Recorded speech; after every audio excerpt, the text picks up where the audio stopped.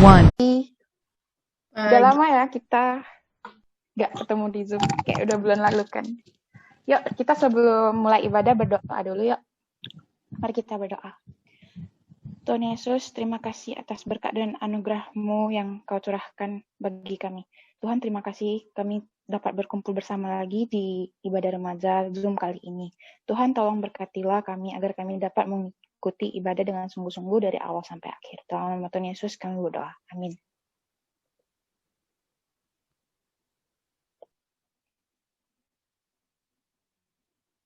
Yuk, mari kita puji Tuhan. Kita nyanyikan lagu pertama. Hai guys, mari kita puji Tuhan dengan menyanyikan lagu Engkau Baik.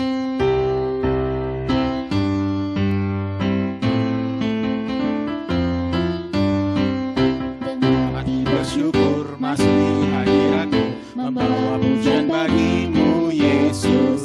Ku memandang wajah-Mu, bersuka di depan-Mu, sambil menceritakan kasih-Mu. Ku mengangkat tanganku, bersorak-sorai bagi kebaikan-Mu. Engkau baik, sangat baik, kasih setia-Mu tak pernah berubah. Engkau baik, sangat baik, kasih setia-Mu tak pernah berubah. Mari kita nyanyikan dari awal. Dengan hati bersyukur masuk di hadirat-Mu, membawa pujian bagi-Mu Yesus. Ku memandang wajah-Mu, bersuka di depan-Mu, sambil menceritakan kasih-Mu. Ku mengangkat tanganku, bersorak-sorai bagi kebaikan-Mu. Engkau baik, sangat baik, kasih setia-Mu tak pernah berubah. Engkau baik, sangat baik, kasih setia-Mu tak pernah berubah.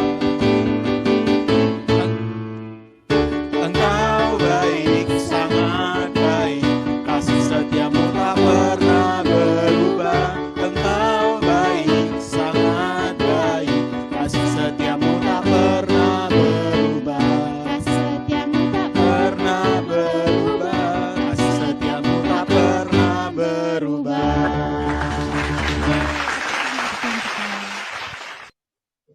Yeay. Oke, teman-teman, sekarang sebelum kita mendengar firman Tuhan, mari kita nyanyikan lagu Terlalu Besar.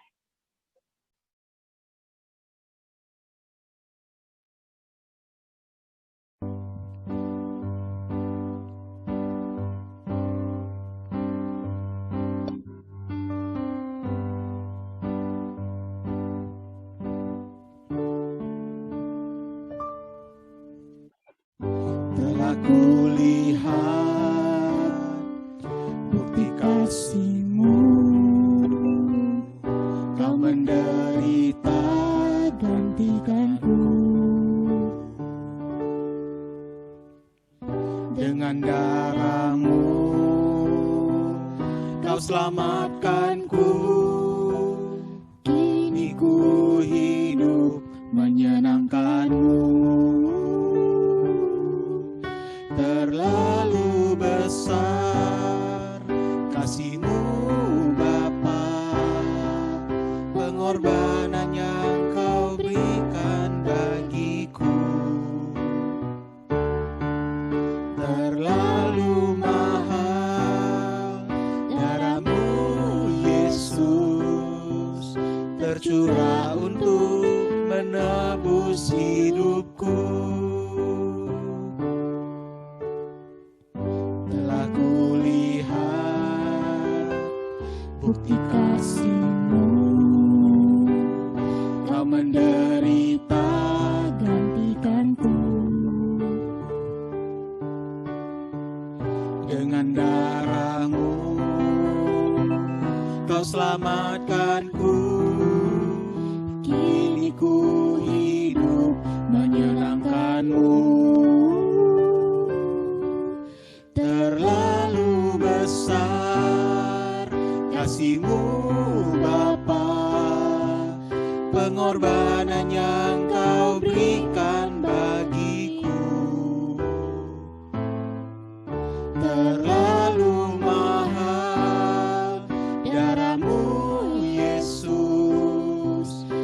tercurah untuk menebus hidupku.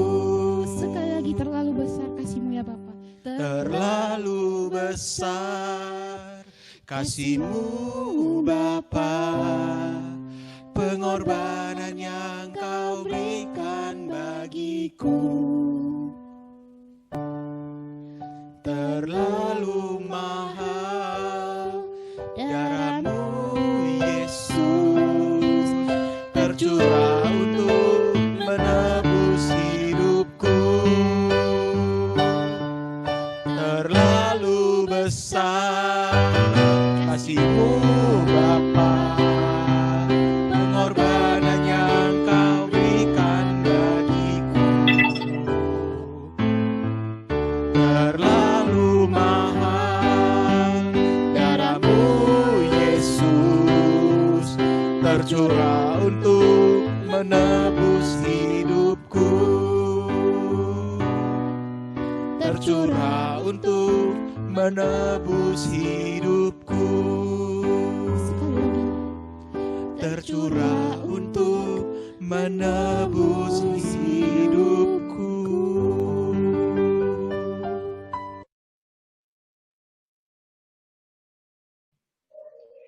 Kita serahkan ke contoh ini.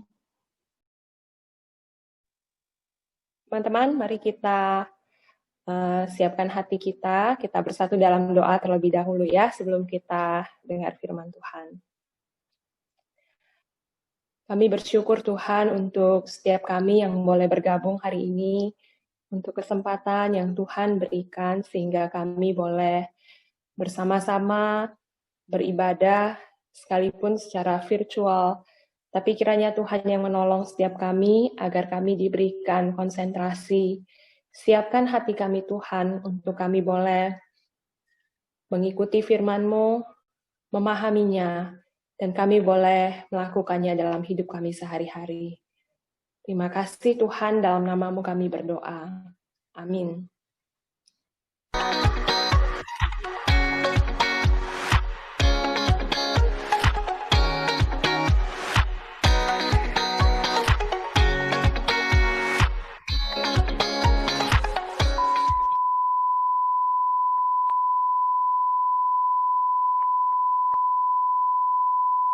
Wahai para agen sekalian, kalian akan mendapatkan misi khusus. Kalian harus mencari tahu siapa itu The Great I Am. Kalian harus mendapatkan jawaban yang benar pada tanggal 24 Desember. Jika kalian tidak dapat jawabannya, maka kalian tidak dapat naik pangkat, apalagi naik gaji.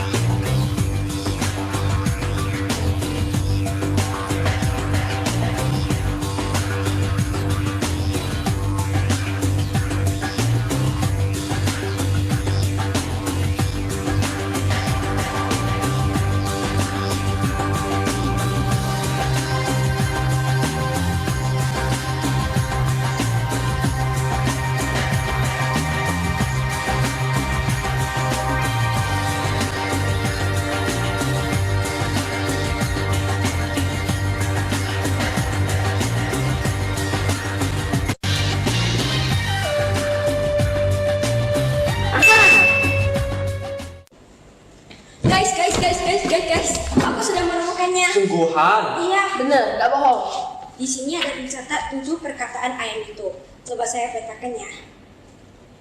Ternyata benar sekali ya. Iya. Bagaimana kamu menemukannya? Tadi aku menemukannya di perpustakaan.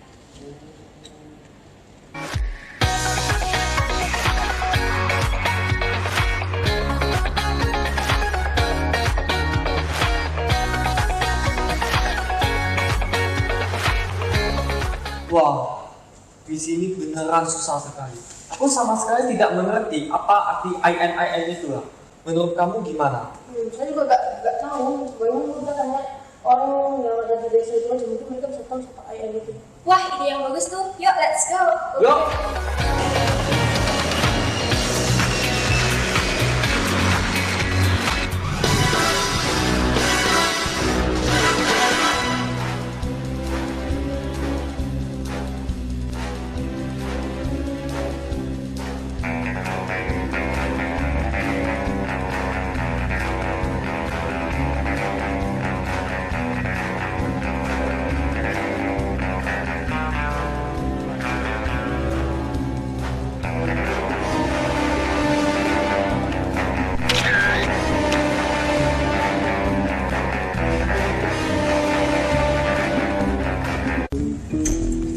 Ini nih, di sini ada orang yang lagi sibuk hias pohon Natal.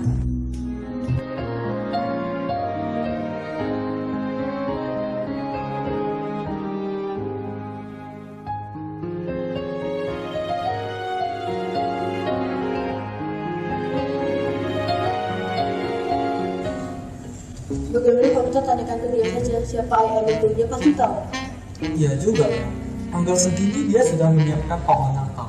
Dia pasti tahu siapa The Great IN itu. Ya betul. Wah, sebentar lagi udah mau Natal nih, udah mau hias-hias pohon. Ya, walaupun tahun ini gak bisa keluar negeri jalan-jalan, tapi setidaknya mama papa janjiin aku beliin HP loh. Kira-kira HP apa ya yang mama papa beliin? Nah, semoga aku sih pengennya iPhone 13 sih. Selalu senang deh kalau dapet aku yang aku suka pas Natal. Jadi menurut orang ini siapa The Great IN itu? Pemberi hadiah? Bisa jadi juga sih. Jadi kalau begitu, apakah dia ada Santa Claus yang selalu memberi apa yang kita inginkan dan kebutuhan kita? Menurut saya bukan itu deh. Coba lihat orang itu. Ngomong-ngomong, by the way, The Busway, lu kok hari ini bisa diajak keluar sih? Biasanya kan ibadah. Ibadah? Apa sih itu ibadah? Loh, bukannya dia selalu ke gereja ya beribadah? Habis itu kan sekarang benar-benar lagi online kan? Ya iya, memang biasanya sih aku ibadah, tapi sekarang aku udah males banget ibadah. Tau gak kenapa? Karena kalau misalnya ibadah pun, hidupku itu nggak makin membaik, tau nggak sih? Kesaksian orang-orang kayak ke ibadah, ke gereja, kayak hidup mereka makin baik. Tapi buktinya hidupku itu nggak, tau nggak? Malah bisnisku makin susah, hidupku makin susah. Jadi buat apa lagi ibadah, apalagi online? No way, bye deh ibadah. Udahlah, aku udah males banget bahas kisah kayak gini. Sekarang kita bersama kanan aja yuk. Yaudah yuk.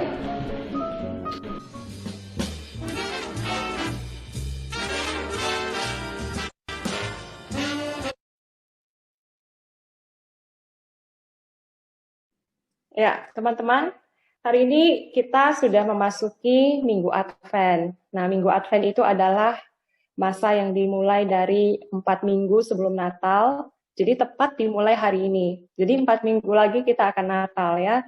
Nah, Minggu Advent ini menggambarkan bagaimana umat Tuhan itu menantikan Mesias, kedatangan Sang Juru Selamat ke dalam dunia. Jadi dalam masa penantian sampai akhir Desember nanti, kita akan melakukan perjalanan bersama dengan para agen dalam video tadi untuk mencari tahu siapa itu The Great I Am. Nah, dalam kitab Yohanes, nah kalau teman-teman memperhatikan ya, di dalam kitab Yohanes itu kita bisa menemukan 7 perkataan I am atau akulah dari Tuhan Yesus. Jadi 7 perkataan I am itu digunakan oleh Yohanes untuk menunjukkan siapa itu Tuhan Yesus. Jadi dia menggunakan frasa I am, akulah, atau dalam bahasa Yunaninya ego eimi. Nah, ini adalah kelanjutan dari Perjanjian Lama sebenarnya. Jadi, Yohanes ini sangat ahli untuk menyusun narasi di dalam kitab Injilnya. Dia bukan hanya menggunakan 7 perkataan I am, tapi dia juga memilih untuk menyajikan 7 tanda mujizat yang dilakukan oleh Yesus. Cuman 7 yang dia ambil, tanda mujizatnya. 7 perkataan I am juga. Jadi tujuannya adalah supaya setiap orang yang membaca kitabnya itu bisa percaya dan mengenal bahwa Yesus itu adalah Mesias, anak Allah yang hidup. Nah, saya kasih lihat teman-teman, sebentar saya share screen-nya. Sambil teman-teman melihat ke layar, boleh kita buka Alkitab kita ya, kalau ada bersamamu Alkitab. Coba buka Yohanes 6 ayat 35. Yohanes 6 ayat 35.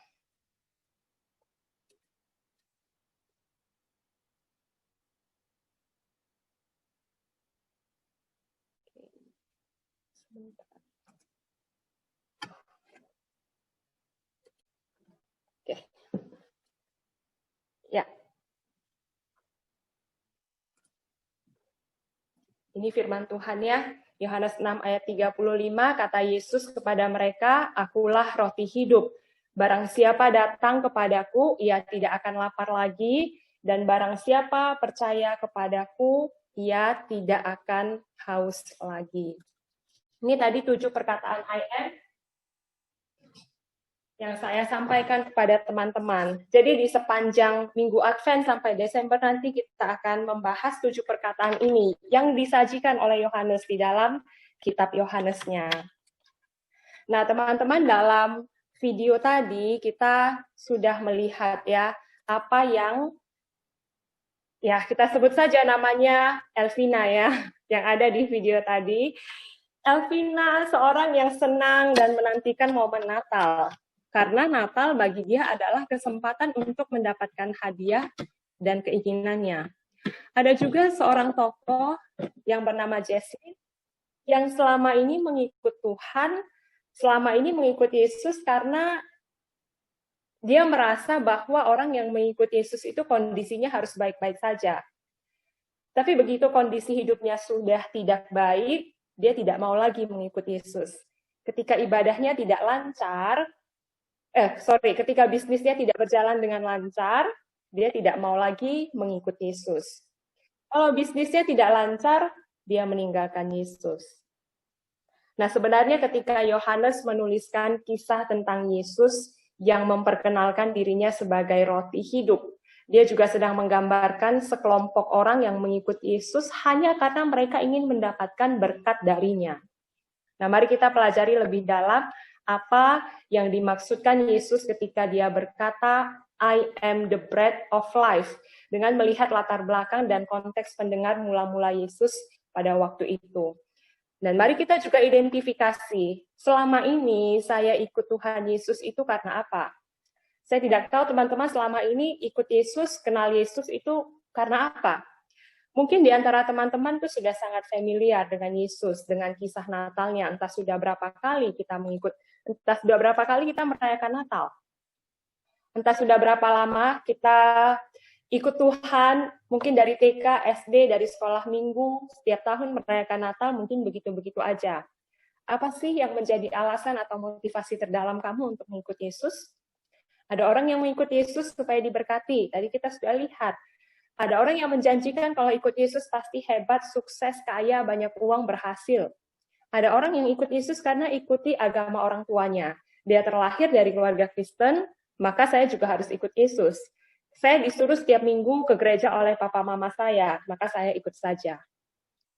Nah, mari kita saksikan apa yang Yesus ajarkan ketika dia berkata bahwa I am the bread of life. Pernyataan Yesus ini tidak bisa dipisahkan dari peristiwa dia memberi makan 5.000 orang dengan 5 roti dan 2 ikan.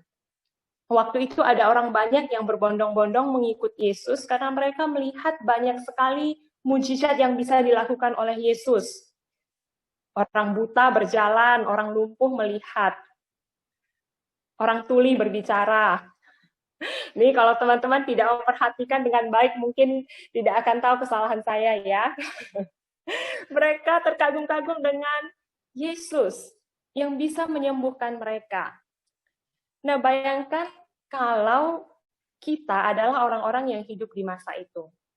Bayangkan kita adalah salah satu orang di antara kerumunan banyak orang itu, teman-teman. Coba kita tempatkan posisi kita di mereka ya.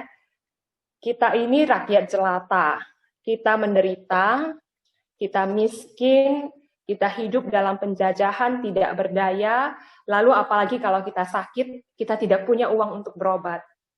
Lalu muncullah seorang yang bernama Yesus ini yang namanya sudah tersiar kemana-mana. Dan sudah terbukti pula bahwa dia itu sanggup menyembuhkan banyak orang. Nah, maka orang-orang banyak yang seperti ini dengan kondisi ini, buru-buru mengikut dia dan duduk di atas gunung itu untuk mendengarkan dia.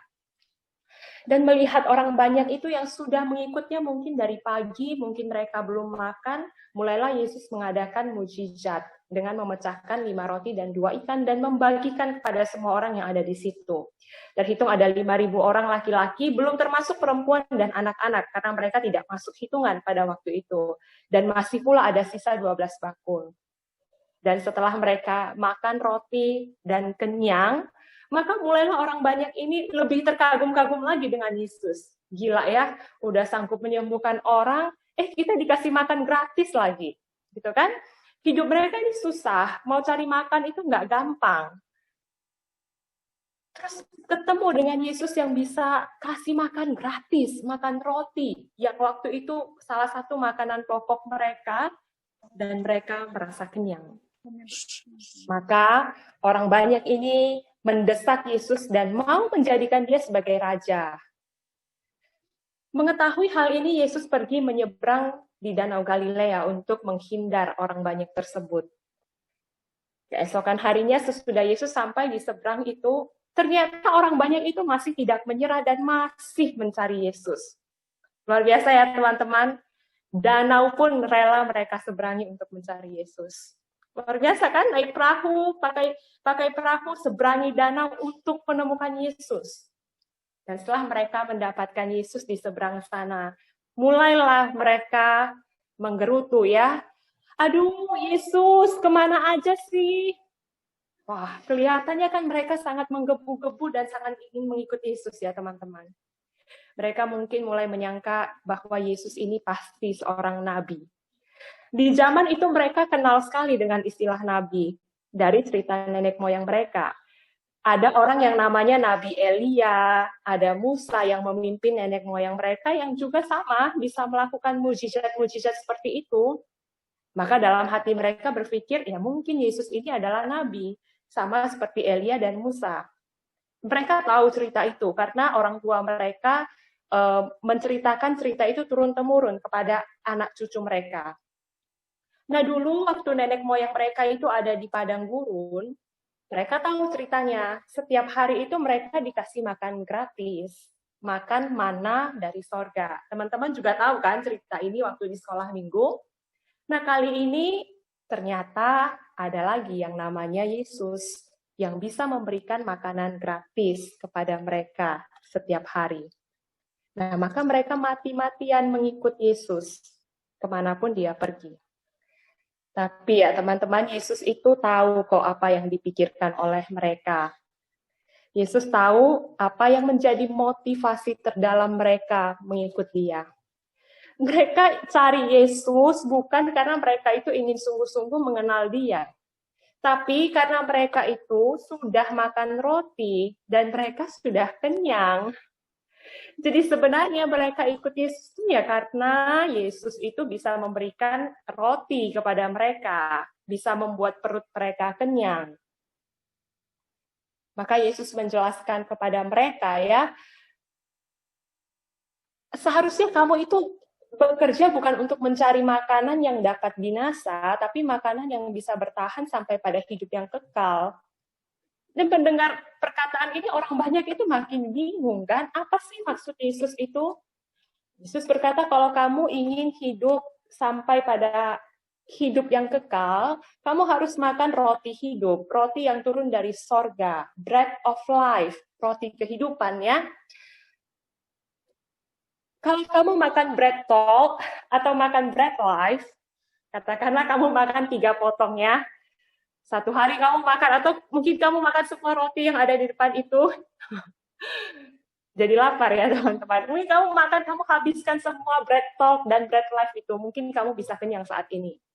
Besok akan lapar lagi dan butuh makan roti lagi. Nah, Yesus tahu bahwa kita itu membutuhkan hal yang lebih dalam dari hanya sekedar bread talk atau bread life. Maka dia berkata, I am the bread of life, roti kehidupan. Orang banyak yang waktu itu percaya kepada mana, roti yang diturunkan dari sorga untuk memberi nenek moyang mereka makan. Mereka itu berpikir bahwa yang melakukan itu adalah Musa. Dulu tuh nenek moyang kami dikasih makan mana dari sorga gara-gara Musa. Nah, tapi Yesus berkata roti itu bukan Musa yang turunkan, tapi Bapa yang di sorga. Nenek moyangmu dulu makan mana, kayak kita sekarang makan bread talk atau bread life. Mereka dulu makan mana setiap hari yang diturunkan oleh Bapa di sorga dari sorga, dan sekarang mereka sudah mati. Nah, tapi sekarang, kata Yesus, ini sekarang sudah tiba waktunya Allah menyatakan dirinya lewat Yesus dengan mengirim roti kehidupan itu dari sorga untuk manusia berdosa. Ini seperti sebuah penggambaran nih. Dulu makan mana setiap hari turun dari sorga. Sekarang ada roti hidup yang turun dari sorga. Dia Yesus. Dia yang paling kita butuhkan. Dan dengan makan roti hidup itu, maksudnya dengan percaya dan datang kepadanya, kita beroleh keselamatan dan hidup yang kekal. Yesus itu sendiri adalah Allah. Dia sudah datang dari sorga untuk menyelamatkan kita. Karena Tuhan tahu apa yang benar-benar kita butuhkan, yaitu dirinya sendiri untuk memberikan hidup kekal bagi kita. Dia mau memberikan hidup itu bagi kita. Karena yang paling kita butuhkan bukan segala hal dalam dunia ini yang sifatnya sementara. Nah, tapi teman-teman, setelah mendengar perkataan Yesus itu, orang banyak itu aneh. Mereka malah semakin bingung dan semakin tidak percaya kepada Yesus. Mereka tidak bisa menerima kalau Yesus itu Allah yang sudah datang dari sorga. Dan mereka berkata, ini Yesus, anak Yusuf, anak Maria, ibu bapaknya kita kenal. Bagaimana mungkin dia berkata, aku telah turun dari sorga? Dan di akhir dari pasal 6 ini diceritakan bahwa orang banyak itu tetap tidak percaya kepada Yesus, tidak percaya bahwa Yesus adalah anak Allah. Dan mereka malah berkata, wow, perkataan ini keras. Artinya bukan karena perkataan Yesus yang susah dimengerti, tapi karena mereka mengeraskan hatinya untuk tidak mau mengerti, untuk tidak mau percaya kepada perkataan Yesus itu. Dan pada akhirnya, orang banyak tadi itu yang rela menyeberangi danau untuk mencari Yesus karena menginginkan roti yang bisa mengenyangkan perut mereka itu, akhirnya mengundurkan diri. Turn back. Mereka berbalik dan tidak lagi mengikut Yesus. Sungguh ironis, teman-teman. Tapi sebaliknya ada 12 orang. Ada 12 orang murid Yesus. Ada 12 orang yang rela meninggalkan semua yang ada di belakang mereka untuk pergi mengikut Yesus. Mereka adalah 12 murid Yesus yang percaya bahwa dia adalah roti dari sorga, bread of life yang dapat menyelamatkan hidup mereka dan memberikan hidup yang kekal bagi mereka. Ke-12 orang ini mengikuti Yesus kemanapun dia pergi. Bahkan akhirnya sampai mereka rela menyerahkan nyawa mereka demi mengikut dia. Karena mereka sudah mendapatkan bread of life itu. Nah, tapi meski demikian teman-teman, di antara 12 orang itu, ternyata ada satu orang yang sebenarnya tidak sungguh-sungguh mengikut dia. Karena pada akhirnya justru dia yang menyerahkan Yesus. Nah, kalau teman-teman lihat tipe-tipe orang yang mengikut Yesus ini sungguh ironi, bukan? Ada orang banyak yang tadinya menggebu-gebu ikut Yesus hanya karena menginginkan berkat-berkatnya, hanya karena ingin roti sementara yang akan membuat mereka lapar lagi. Mereka ikut Yesus tanpa mengenal siapa Yesus itu. Mereka ikut Yesus karena hanya ingin pemberiannya saja, hanya ingin berkatnya. Tapi aneh, dengan menerima berkatnya tidak membuat mereka kenal siapa yang kasih berkat itu. Dan ketika Yesus yang mereka harapkan itu ternyata tidak sesuai dengan ekspektasi mereka atau gambaran mereka, mereka lalu pergi meninggalkan Dia. Hari ini juga banyak orang yang mengikuti Yesus tanpa benar-benar mengenal siapa Dia. Ada orang yang ikut Yesus karena diberi iming-iming bahwa ikut Yesus hidupmu pasti diberkati, tidak akan miskin, kamu akan jadi kepala bukan jadi ekor. Ikut Yesus semua penyakit sembuh. Atau ada orang yang mungkin ikut Yesus hanya karena ikut-ikutan agama orang tuanya. Orang tua saya Kristen, saya Kristen. Saya dilahirkan dari keluarga Kristen, saya ikut Yesus. Saya tiap minggu dibawa ke gereja. Nah, tapi jangan salah paham teman-teman. Ikut Yesus bukan berarti kita tidak boleh jadi orang kaya, jadi orang yang diberkati. Tapi ini bicara soal motivasi terdalam kita dalam mengikutnya. Orang-orang yang ikut Yesus hanya karena berkatnya itu, bukan karena Yesus, bukan karena pribadi Yesusnya, pasti suatu saat akan kelihatan. Ketika dia tidak lagi diberkati, ketika dia jatuh miskin, ketika dia sakit, mungkin dia akan kecewa dengan Tuhan dan dia akan meninggalkan Tuhan. Orang yang pergi ke gereja ini hanya karena selama ini mungkin dipaksa atau disuruh oleh orang tuanya, juga terlihat jelas di masa-masa seperti ini. Ketika gereja tidak lagi dibatasi pada gedung gereja, ketika kita tidak bisa lagi melangkahkan kaki kita ke gedung gereja, apakah kita tetap bisa setia beribadah karena kita rindu mencari dan mengenal Yesus sebagai sumber pemenuh kebutuhan utama kita? Karena dia adalah roti hidup itu. Teman-teman, pada tahun 1921, ada sepasang suami istri dari Swedia yang menjawab panggilan Tuhan untuk melayani misi penginjilan di Afrika.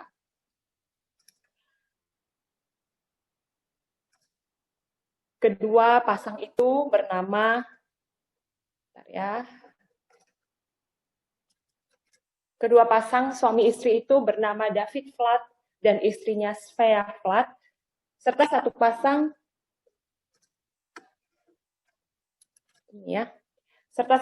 yang bernama Joel Eriksson dan Bertha.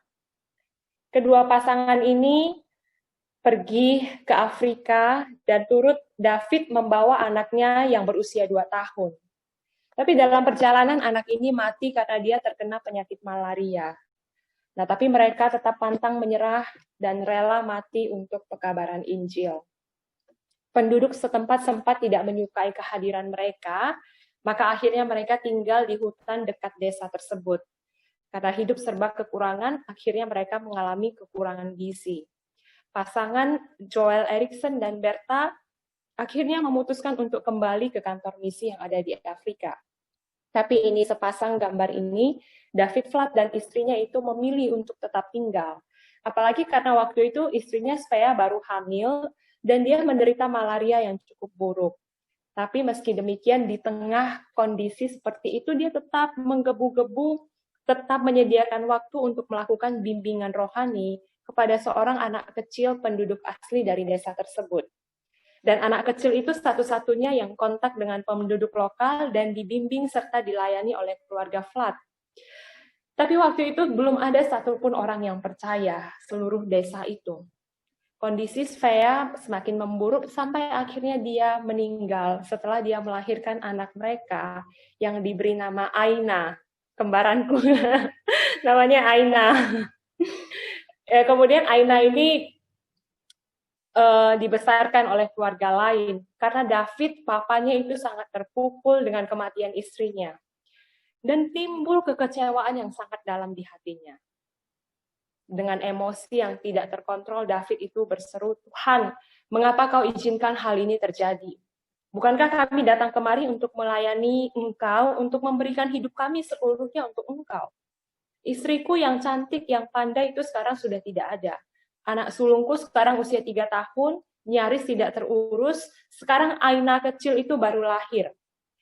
Setahun lebih kami ada di hutan ini, kami hanya memenangkan seorang anak kecil itu yang bahkan mungkin belum cukup untuk memahami berita Injil yang kami sampaikan. Tuhan, Engkau telah mengecewakan hidupku.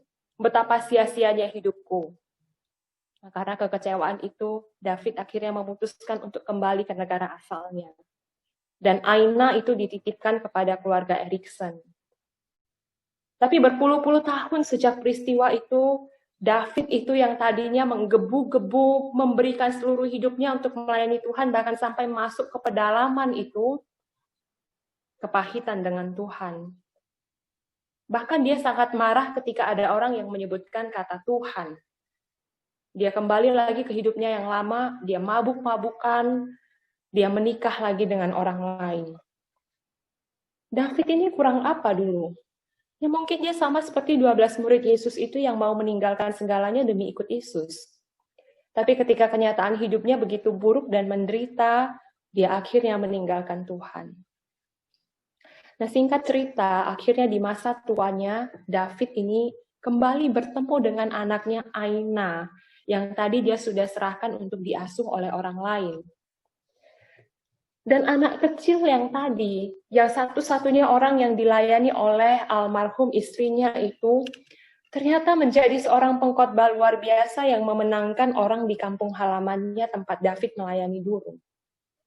Di masa tuanya, waktu dia umur 73 tahun, Aina ini mencari kembali papanya David, dan dia memberitahukan kepada papanya bahwa pelayananmu tidak sia-sia, ada anak yang bertobat nih. Ketika itulah David akhirnya kembali lagi menyerahkan dirinya untuk Tuhan. Teman-teman, jika kita mau disuruh untuk memilih, apakah kita termasuk dalam golongan orang banyak yang mengikut Yesus itu tanpa mau benar-benar percaya dan mengenal Dia? Apakah kita hanya sekedar ikut-ikutan Yesus, hanya sekedar ikut Yesus demi berkat-berkat-Nya? Atau kamu adalah golongan 12 orang murid Yesus yang rela meninggalkan semuanya demi mengikut dan mengenalnya saat ini? Di mana kamu saat ini? Golongan pertama atau golongan kedua? Saya berharap teman-teman adalah golongan orang kedua, murid yang mau semakin hari semakin mengenal Yesus. Dan jika saat ini pun kita merasa kita sudah ada di dalam golongan murid itu, jangan merasa bangga dulu teman-teman. Karena menjadi murid itu bicara soal komitmen seumur hidup untuk menyerahkan diri kita kepada Tuhan dan mengikut Dia. Jangan sampai kita pada akhirnya menjadi murid yang mengkhianati ataupun kepahitan dengan Dia, seperti David Flood tadi. Ketika ada satu peristiwa dalam hidup kita yang mungkin kita rasa tidak sesuai ekspektasi kita. Jangan sampai kita ikut Yesus tanpa sungguh-sungguh mendapatkan bread of life itu. Roti kehidupan, segalanya yang kita butuhkan dalam hidup ini. Jika teman-teman adalah golongan murid, mari kita lanjutkan perjalanan kita bersama untuk semakin mengenal Dia. Mari kita belajar bersama dalam perjalanan ini untuk semakin setia mengikutnya dan semakin mengenal Dia. Amin. Mari kita tundukkan kepala sekali lagi, teman-teman. Terima kasih Tuhan untuk firman-Mu. Biarlah Engkau menolong kami, supaya kami boleh menjadi murid-Mu yang setia untuk mengikut dan mengenal Engkau sampai akhir hidup kami. Sekalipun kami masih muda, masih kecil, kami boleh menjadi murid-murid Tuhan yang semakin hari semakin diubahkan dan semakin mengenal Engkau. Terima kasih Tuhan. Kami naikkan doa kami dalam nama Tuhan Yesus, Juru Selamat kami yang hidup. Amin.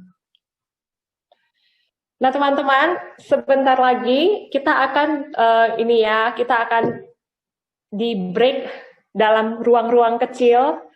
Dalam ruangan-ruangan kecil, nanti teman-teman kalau ada notif room, silakan diklik join. Nah, nanti di kelompok yang lebih kecil itu kita akan ngobrol lebih banyak dengan teman-teman kalian untuk mendiskusikan beberapa pertanyaan terkait dengan firman tadi. Ya, semoga tadi dengarnya sungguh-sungguh ya, jadi tidak lupa. Jadi setelah itu nanti kita akan balik lagi ke grup yang lebih besar. Ya, apakah sudah ready? Sudah sebentar. Oke, sip.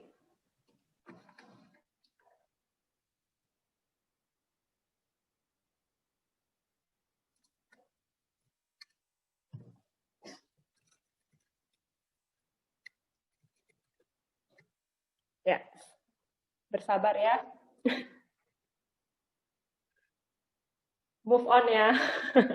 Move atau move on.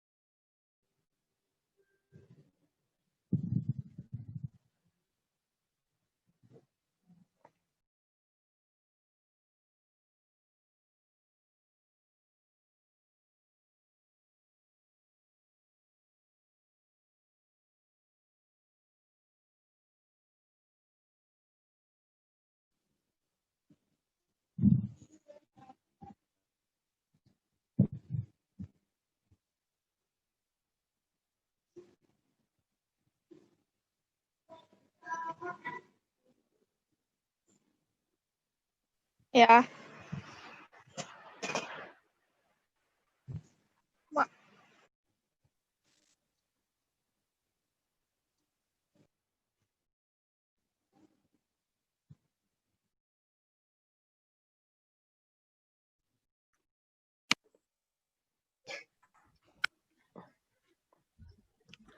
Astaga, belum siap loh. Ini orang terakhir loh. Bula udah Siap, Ayo, bagaimana? Soalnya tadi set otomatis jadi ya otomatis balik Oh gitu ya. Dilanjutkan video call aja, dilanjutkan video call. Apa mau ngarungi kok ya? Kira-kira yang belum siap mungkin apakah set kok? Ulang sih oleh lo, nggak pas-pasan. Oh, wah juga boleh sih. Gitu ya. Wah, Apa deh? rata-rata boleh nggak? Jadi jawaban boleh nggak? Ya, Contoh yang namanya deal itu siapa ya? Dalvan. Dalvana. Oh, Icau Cukia mah. Kayak memperkenalkan diri langsung hilang dia. Oh ya. Oh, ya sudah lah ya. Dia masuk keluar ya. Oke lah, nggak apa-apa lah. Topiknya bagus ini untuk anak-anak yang besok akan ujian kayaknya. Oh gitu ya, supaya tetap setia ikut Tuhan, tidak menyontek ya. Tadi hilang udah ambil komitmen itu. Luar biasa. Ya, yang ujian lah ya, setia ikut Tuhan, jangan nyontek ya. Ya mungkin yang tadi belum sempat, boleh lah nanti ya. Kalau belum sempat tanya chat cici yang tanya chat jawabannya atau cici chat hilang untuk kasih untuk menantikan jawaban itu yang berharga itu ya. Sip Jontal. Ya mungkin Delva nih sinyal ya. It's okay, tidak apa-apa. Thank you teman-teman semuanya. Ya, semoga kita belajar terus ya untuk jadi murid Tuhan yang setia mengikut Dia sampai akhir. Bukan jadi murid Tuhan yang nanti akhirnya jadi Yudas Iskariot pula kita ya. Semoga tidak ya teman-teman, kita berharap terus pada anugerah Tuhan supaya kita setia ikut Dia. Amin. Nah, yuk orang Pak warta sebentar.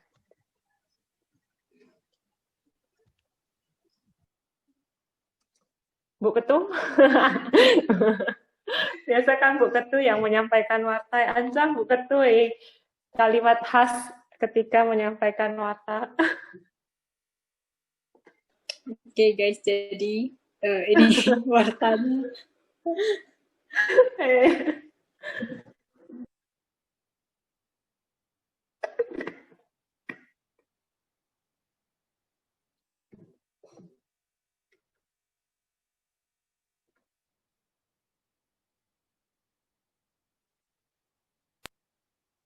Ya, jadi kita tetap masih bisa memberi persembahan ya teman-teman.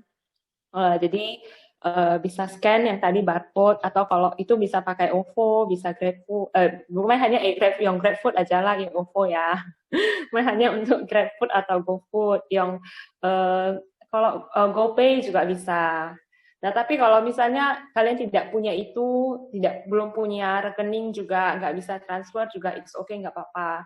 Kalau kamu misalnya dapat uang jajan dari orang tua, boleh diberikan untuk Tuhan. Jadi lu simpan dulu di amplop. Nanti kapan kita bisa ke gereja lagi, ya kita sangat berharap kita bisa berkumpul lagi di gereja ya. Kamu bisa bawa persembahan itu kepada Tuhan. Nah, terus ini saya mau ingatkan ke teman-teman. Coba teman-teman yang tahun lalu sudah di remaja, ingat nggak dengan ini ya? Ayo, lu lang ingat ini atau sudah dikubur, atau sudah dihancurkan, atau sudah jadi apa ini di rumah kalian? Sudah berdebu? Masih ada contoh, masih ada. Udah habis isinya.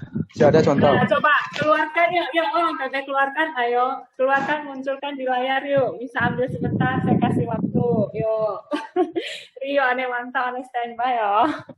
Yang U ini coba buka video, yuk tunjukin yang ada. Nah, contoh. Ada suaranya pula ya Rio. Aduh. Mantap nih. Elka wakili ya Elka. Saya nali ya Hel. Saya depan. Ayo, saya nali. Saya bawa. Boleh panjang ya rambutnya Bim. Saya meja printer lah. Oh ya, ini ada nih.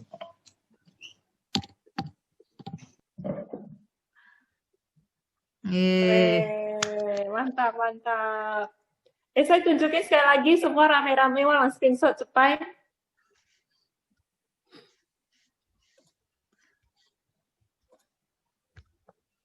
Oke, ada tunjukin.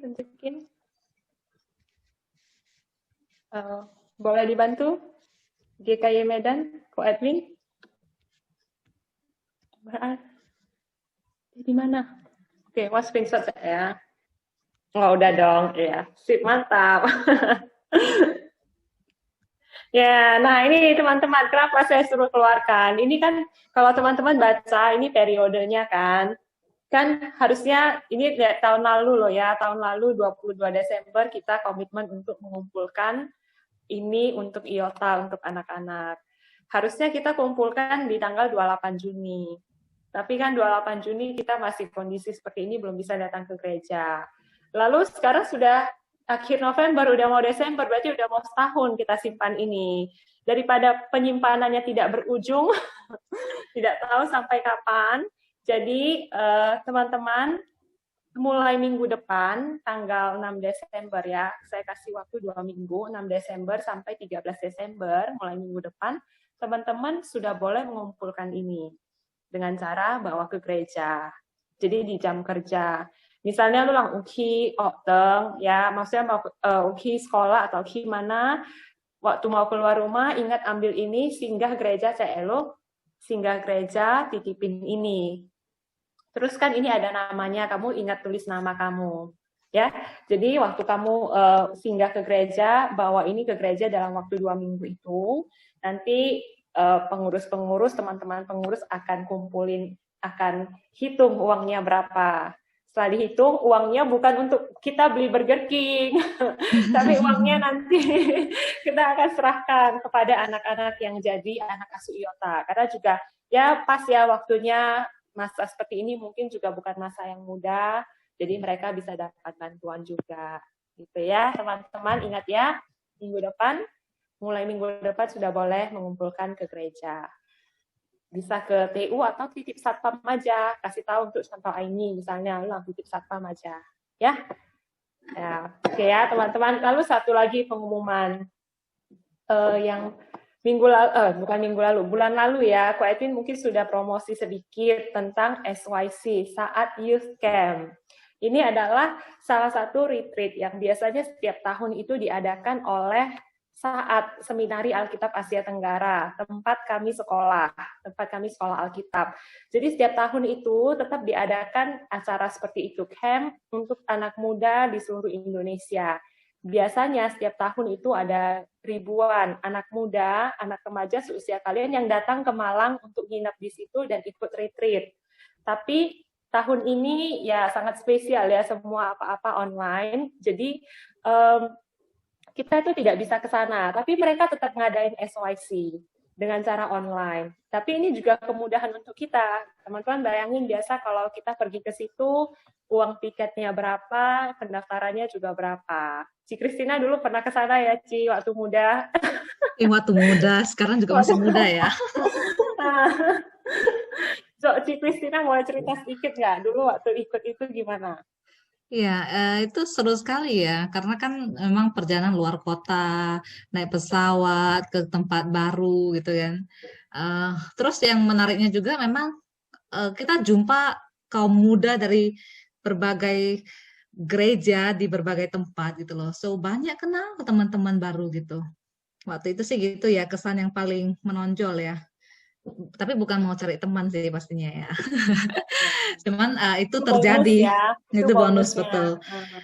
Dan yang terpenting waktu itu sih memang karena ke tempatnya kan Saat kan bagus ya, bangunannya dan sebagainya itu sangat bagus. Memang itu sangat berkesan lah. Tapi lebih daripada itu kita juga diberikan asupan rohani yang saya kira betul-betul itu ya best ya, karena kan bayangin aja teman-teman semuanya itu kan dipersiapkan oleh panitia, panitianya adalah hamba Tuhan semua gitu loh. Jadi betul-betul acaranya dibuat dengan baik pada waktu itu, dan sepulang dari sana ya mendapat banyak sekali berkat. Jadi teman-teman jangan lewatkan kesempatan ini karena kan kita bisa aksesnya online ya. Walaupun online tapi Cici kira kita juga tetap bisa dapatkan esensi dari bahan-bahan yang disampaikan oleh pembicara nantinya. Iya. Dan gratis lagi ya, nggak usah bayar, cuman kuota aja ya ikut Zoom. Ya. Yuk kita lihat videonya.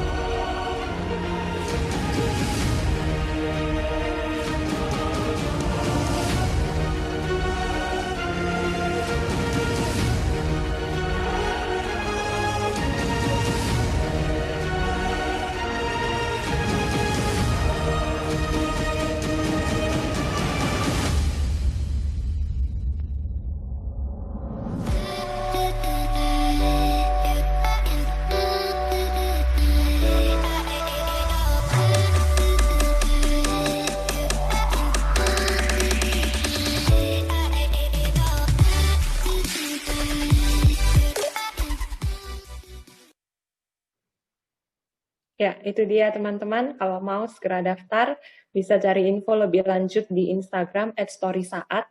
Nanti saya share di grup. Jadi teman-teman boleh segera daftar karena berhubung ini pesertanya mungkin karena pakai Zoom jadi cuma bisa 1.000. Jadi ya teman-teman cepat-cepat daftar supaya jangan kehabisan tempat, gitu ya. Dan ini pas teman-teman mereka, jadi setiap tahun itu yang dibahas adalah dari Alkitab. Jadi pembahasannya berlanjut, yang kali ini dimulai lagi dari kitab Kejadian sampai Ulangan. Nah teman-teman, ini pas sekali dengan apa yang mau kita bahas di remaja. Teman-teman ingat ya Sati at Home kita. Tadi hari ini masuk di kitab apa coba? Ayo, hari ini sudah masuk kitab apa? Yudas. Ya, good. Hari ini sudah masuk. Kitab Yudas itu 2 kitab terakhir di Perjanjian Baru. Berarti hari Senin kita masuk Wahyu. Jadi kira-kira sekitar Desember kita sudah menyelesaikan pembacaan Perjanjian Baru. Nah, di Desember akhir kalau ikut SYC pembahasannya dari Perjanjian Lama, dari Kejadian sampai Ulangan. Masuk Januari mungkin kita sudah masuk pembacaan Sate at Home kita dari Kejadian. Gitu teman-teman. Jadi jangan lewatkan kesempatan ini pokoknya ya. Nah untuk teman-teman yang Sate at Home juga ya jangan lewatkan teman-teman, jangan lupa untuk baca setiap hari 1 pasal. Kalau teman-teman ikutin dengan setia menyicil 1 hari 1 pasal udah mau selesai loh ya. Dan kita masuk ke kitab Wahyu hari Senin, 1 kitab yang nggak tahu teman-teman siapa yang udah pernah baca Wahyu? Susah ya kitab Wahyu ya. Tapi bagi sebagian orang menarik karena banyak penggambarannya segala macam. Tapi susah dimengerti ya. Nah hari Senin kita akan masuk ke pembacaan kitab Wahyu dengan gaya yang berbeda. Tidak seperti yang saya kirim biasa Sate at Home. Apa itu? Nantikan hari Senin ya.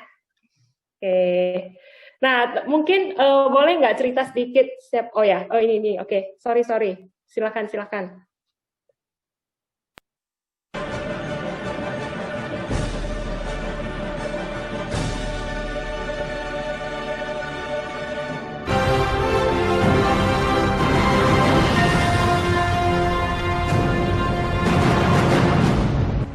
Selamat datang di Christian Idol, sebuah ajang pencarian orang Kristen paling top dalam mengenal Yesus.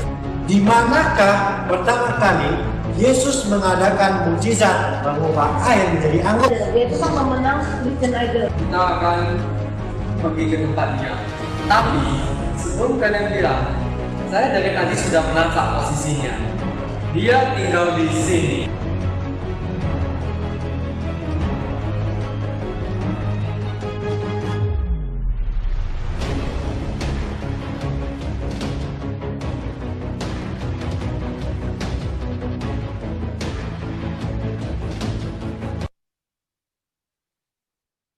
Ya, minggu depan teman-teman persekutuan online di YouTube kita juga ada, di tim GKI Medan, di Instagram GKI Medan juga ada, kita akan membahas tema yang sama. Ya, oke. Nah, boleh nggak, ada nggak yang mau cerita sedikit yang sudah selama ini setia ikuti baca Sate at Home 1 hari 1 pasal?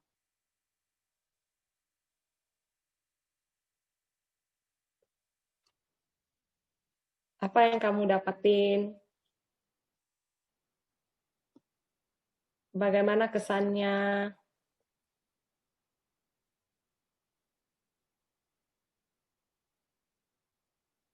Elvina. Ferlin, juara 1 loh. Mana Ferlin? Ya. Habis ini Ferlin. Oke. Jadi pertama-tama sebenarnya kan aku nggak gitu kayaknya nggak gitu masuk otak sih basket kitab-kitab pertama gitu kan. Tapi semakin lama aku baca kayaknya semakin kedengarannya kayak klise gitu, tapi kayaknya semakin baca semakin mengenal sih. Ya, kayak semakin tahu Yesus itu pribadi yang gimana, terus semakin mengenal. Terus kadang kalau lagi ada pergumulan gitu kan, pernah beberapa kali lagi ada pergumulan, tapi ya pas banget gitu, pas aku baca pasal yang itu di hari itu, Tuhan menunjukkan jalan gitu. Ya. Salah satu ayat yang aku ingat itu 1 Petrus 5 ayat 7. Oke. Apa isinya? Pokoknya serahkanlah segala kekhawatiranmu kepada Dia yang memeliharamu. Thank you.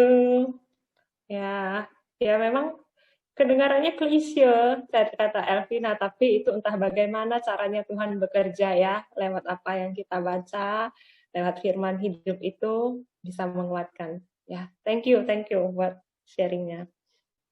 Mungkin ada yang lain yang mau membagikan?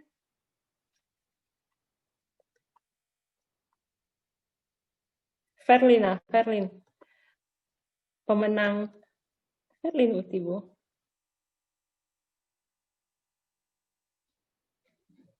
Nggak ada ya kayaknya ya.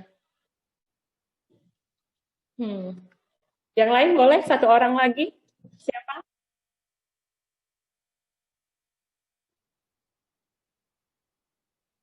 Saya gitu.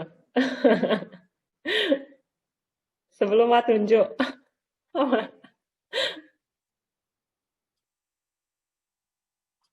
Rio. Hah? Kok wah?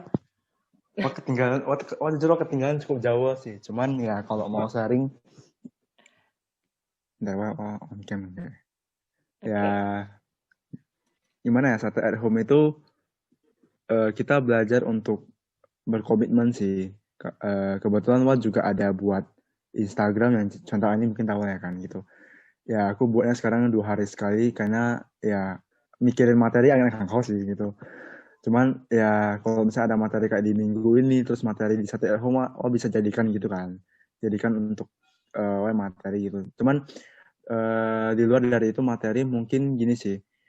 Ya Satu at Home itu bentuk dari disiplin rohani sih. Bagaimana kita itu ya belajar untuk komitmen, membaca satu pasal satu hari, dan mencoba untuk mengevaluasi itu setiap dari apa yang kita bacakan itu, coba maksudnya untuk jangan hanya sebatas baca aja loh gitu.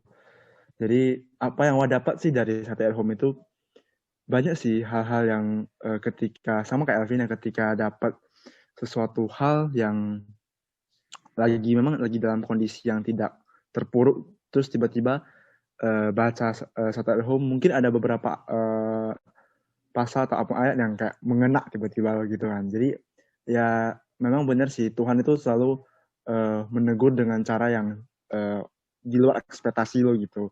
Dengan adanya Satu at Home juga istilahnya gimana ya, juga belajar untuk bertumbuh sih gitu. Bertumbuh dalam disiplin, bertumbuh dalam rohani, bertumbuh dalam komitmen juga untuk semakin ya mengenal Tuhan lebih dalam juga. Jadi jangan lupa teman-teman untuk tetap Satu at Home. Jangan lupa hari ini firman, karena tadi semua kelompok itu tadi bilangnya mereka adalah orang-orang yang rindu untuk semakin mengenal Tuhan kan, rindu untuk semakin mengenal Tuhan. Jadi ya dimulai dari hal kecil, dimulai dari komitmen untuk membaca satu pasal setiap hari. Even satu pasal, kalau misalnya satu pasal itu berat, gimana kalian benar-benar ingin berkomitmen untuk menjadi murid Yesus yang harus menyangkal diri, memikul salib dan mengikut Tuhan. Thank you. Gitu. Thank you. Ya. Apakah ada lagi sebelum menyesal? 1, 2, 3, 4, 5. Oke, thank you teman-teman untuk kehadiran hari ini. Kita senang ya bisa berkumpul kembali di Zoom. Nah, mari kita mengabadikan momen ini dengan ambil foto ya. Ya, boleh kita ini standby, buka kamera sebentar. Walang abadikan walangi. Banyak yang sudah live juga ya. Oke.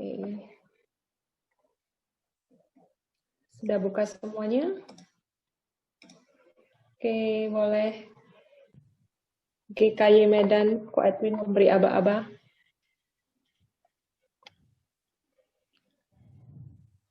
Oke, ini pun satu orang boya. Oke. Oke, lihat ke kamera ya semua ya. 1, 2, 3 lagi ya. 1, 2, 3 ganti gaya dong. Ya lagi ya. 3, 3. Oke, thank you. Oke, thank you semuanya. God bless you. Yang teman-teman yang pengurus yang tadi pimpin kelompok ya, Mai pulang sih ya.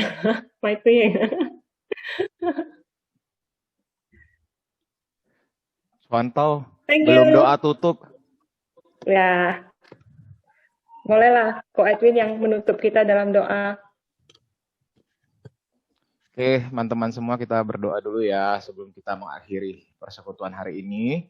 Kita bersatu dalam doa. Bapa dalam surga Tuhan, terima kasih untuk berkat anugerah Tuhan di hari ini ada kesempatan lagi Tuhan bagi kami boleh bersama-sama bersekutu bersama lewat ruang Zoom ini. Mungkin dengan keterbatasan yang ada, dengan segala gangguan, mungkin ada gangguan internet dan sebagainya, tapi kami bersyukur ada kesempatan bagi kami Tuhan untuk bisa bersama-sama beribadah, memuji besarkan nama Tuhan, bersekutu bersama dengan saudara-saudara kami juga. Tuhan terima kasih untuk kasih anugerah Tuhan, terima kasih untuk kesempatan bagi kami lagi ya Tuhan di tahun ini boleh merayakan Natal walaupun dengan cara yang sangat berbeda dengan apa yang boleh kami rayakan selama ini. Dan biarlah Tuhan dalam tahun ini ketika kami bersama-sama mencari dan belajar untuk mengenal the great I am itu, biarlah Tuhan Engkau sendiri pun boleh menunjukkan dan menyatakan dirimu kepada kami, ajarlah kami Tuhan untuk boleh semakin mengenal Engkau dan semakin membangun relasi yang lebih dekat lagi kepada Tuhan. Dan kami percaya Tuhan, sebagaimana Engkau datang untuk membawa damai sejahtera ke dalam dunia ini kepada kami ya Tuhan, anak-anak-Mu, kami percaya kami pun hari ini akan berpisah dan kami pun akan disertai dengan damai sejahtera daripada Allah Bapa di surga. Terima kasih ya Tuhan, selama 1 minggu ke depan kami serahkan waktu kami ke dalam tangan Tuhan. Untuk teman-teman yang mungkin minggu depan akan menghadapi ujian, Tuhan kiranya menolong, Tuhan memberikan hikmat, biar dengan waktu belajar yang terbatas, Tuhan boleh memberikan hikmat, Tuhan boleh menolong ya Tuhan. Dan juga Tuhan, juga tolonglah para guru-guru, mereka yang akan memberikan evaluasi, yang akan mengoreksi ujian, Tuhan juga menolong mereka. Bapak terima kasih, dalam nama Tuhan Yesus Kristus kami berdoa, amin. Amin. Thank you semuanya.